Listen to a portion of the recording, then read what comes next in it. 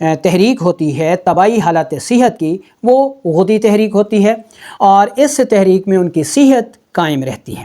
اگر غدی تحریک خود بگڑ جائے تو مرض پیدا ہو جاتا ہے، یا پھر غدی تحریک کی جگہ اعصابی تحریک لے لے یا عضلاتی تحریک لے لے تو خواتین میں بھی مرض پیدا ہو جاتا ہے۔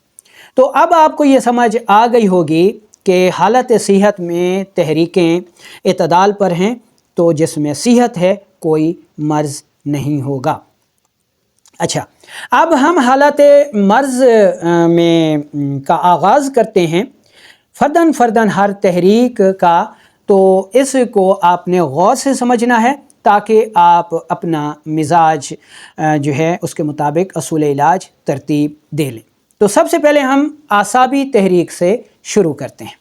اب ہم نے کہا کہ جو بچوں کا طبعی مزاج ہے وہ ہوتا ہے اعصابی تحریک، ٹھیک ہے، لیکن اگر یہ تحریک غیر طبعی ہو جائے تو بچوں میں بھی مرض پیدا ہو جاتا ہے، اور اگر کوئی نوجوان اعصابی تحریک کا شکار ہو جائے تو وہ بھی مرض میں مبتلا ہو جائے گا، اور اگر کوئی خاتون کوئی لڑکی اعصابی تحریک میں مبتلا ہو جائے تو اس میں بھی مرض پیدا ہو جائے گا، ٹھیک ہے۔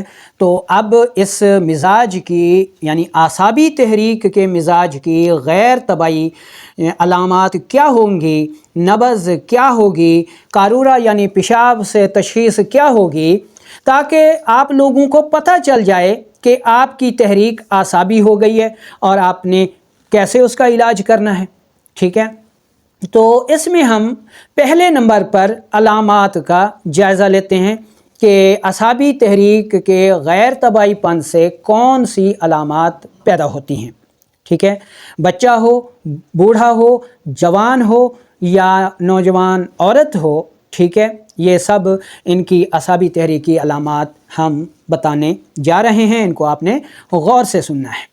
اچھا، اعصابی تحریک میں چونکہ غیر طبعی تحریک میں چونکہ رطوبات بڑھ جاتی ہیں، اس لیے جسم سے خارج ہونے والے جو مائعات ہیں ان میں اضافہ ہو جاتا ہے، یعنی لیکوریا کی مقدار بڑھ جائے گی، جریان مردوں میں جریان کی مقدار جریان ہو جائے گا، بچوں میں اسہال شروع ہو جائیں گے، قے یا متلی شروع ہو جاتی ہے، بلغم کی زیادتی سے موٹاپا ہو جاتا ہے، ٹھیک ہے، بلڈ پریشر لو ہو جاتا ہے، ہیموگلوبین کی کمی ہو جاتی ہے، بھوک ختم ہو جاتی ہے، سستی اور کاہلی ہو جاتی ہے، ٹھیک ہے۔ تو یہ ساری علامات جو ہیں وہ اعصابی تحریک میں پیدا ہو جاتی ہیں۔ اگر مرد ہے تو اس کی جنسی قوت میں کمی آ جائے گی، عضو تناسل میں سختی نہیں آئے گی، چکر آئیں گے، اور اگر کوئی خاتون ہے تو لیکوریا ہو جائے گا، حیض کی بندش ہو جائے گی، موٹاپا ہو جائے گا، ہارمونز اور انڈوں کا قوام بگڑ جائے گا، بانجھ پن ہو جائے گا، ٹھیک ہے۔ اور بچوں میں قے، متلی، بلغمی کھانسی، بلغمی دمہ، سانس کی تنگی، اسہال، دست، یہ عوارضات جو ہیں لاحق ہو جائیں گے۔ اچھا، اب اس کی تشخیص کیا ہوگی، کیسے، یعنی یہ تو علامات ہو گئیں، مزید اس کی نبض کیا ہوگی اور قارورے کی رنگت کیا ہوگی۔ تو جو اعصابی تحریک کی نبض ہوتی ہے وہ قوام میں تو موٹی ہوتی ہے، حرکت میں سست ہوتی ہے، اور یہ جو 4 انگلیاں 1 2 3 اور یہ 4، یہ جو انگلی ہے چوتھی، ٹھیک ہے، 1 سے 1.5 انگلی پر جو نبض ٹھوکر لگاتی ہے، قوام میں موٹی ہوتی ہے، حرکت میں سست ہوتی ہے، وہ اعصابی نبض ہوتی ہے اور اعصابی تحریک کے غیر طبعی پن کا پتہ بتاتی ہے، ٹھیک ہے۔ اور ایسے مریضوں کو جو قارورہ آتا ہے وہ مقدار میں زیادہ ہوتا ہے، کیونکہ رطوبات کی کثرت ہوتی ہے، مقدار میں زیادہ ہوگا، رنگت میں سفید ہوگا، ٹھیک ہے، تو اور بار بار آئے گا، یہ اس کی قارورے کی سے تشخیص ہو گئی۔ اچھا، اب سوال پیدا ہوتا ہے جی کہ اس کا علاج ہم نے کیسے کرنا ہے؟ تو اعصابی تحریک کا جو علاج ہے وہ عضلاتی ادویات ہیں، عضلاتی یعنی خشک، سرد سے خشک گرم ادویات، یہ عضلاتی تحریک کی ادویات ہو گئیں۔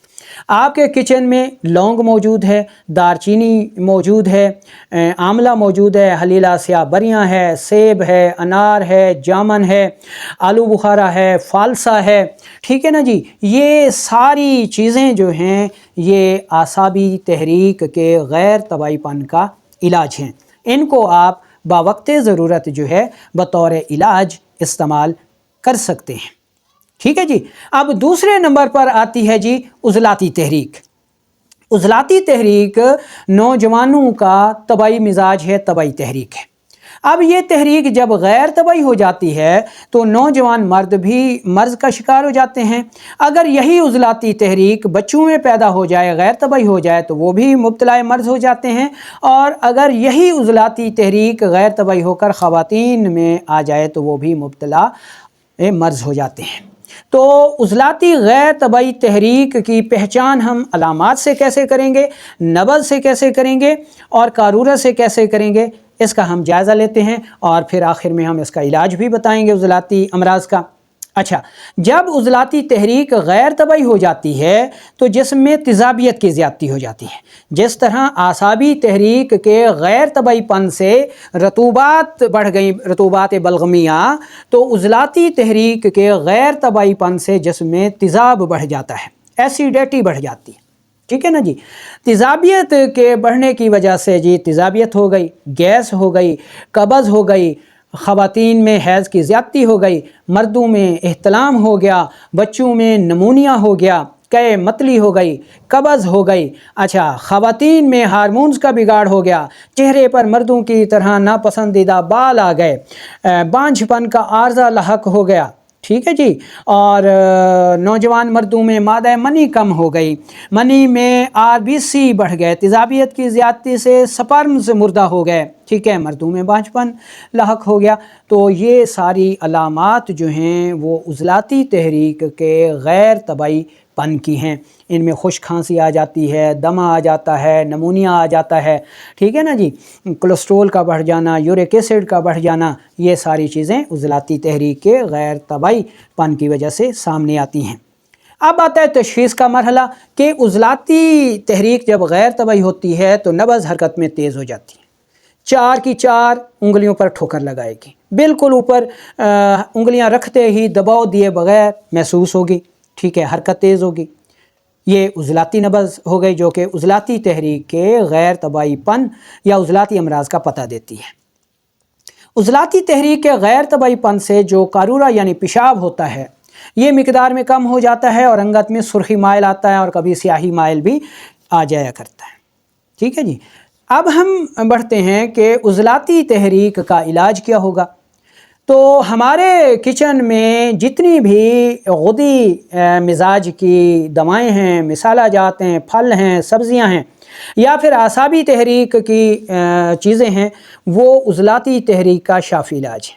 مثال کے طور پر اجوائن دیسی، پودینہ، ادرک، کالی مرچ، ٹھیک ہے۔ اس کے علاوہ پھلوں میں دیکھیں تو آم ہو گیا، پپیتا ہو گیا، ٹھیک ہے، اخروٹ ہو گیا، بادام ہو گیا، ٹھیک ہے۔ سبزیوں میں دیکھیں تو کریلے کا سفوف بطور علاج عضلاتی امراض میں آپ استعمال کر سکتے ہیں۔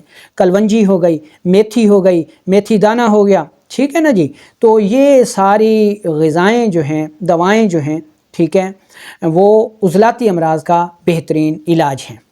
بطور مثال آپ کو ایک نسخہ اور ایک قہوہ بتا دیتا ہوں عضلاتی امراض کا، کہ آپ نے تخم میتھی دانہ لینا ہے، ٹھیک ہے، میتھی دانہ، ٹھیک ہے، میتھی دانہ لے لینا ہے آپ نے، کلونجی لے لینی ہے۔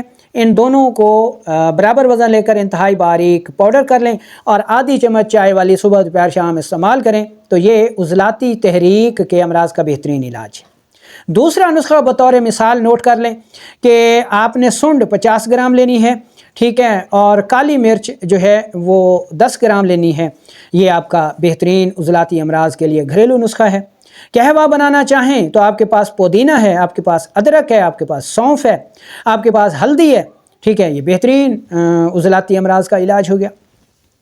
اب ہم چلتے ہیں اور غدی تحریک کی غیر طبعی پن سے پیدا ہونے والے امراض، ان کی پہچان اور تشخیص کا جائزہ لیتے ہیں۔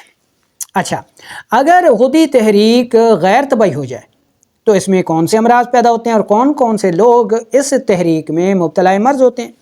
اب غدی تحریک خواتین کی حالت صحت کی طبعی تحریک ہے، لیکن اگر خواتین میں بھی یہ تحریک غیر طبعی ہو جائے گی تو امراض پیدا ہو جائیں گے۔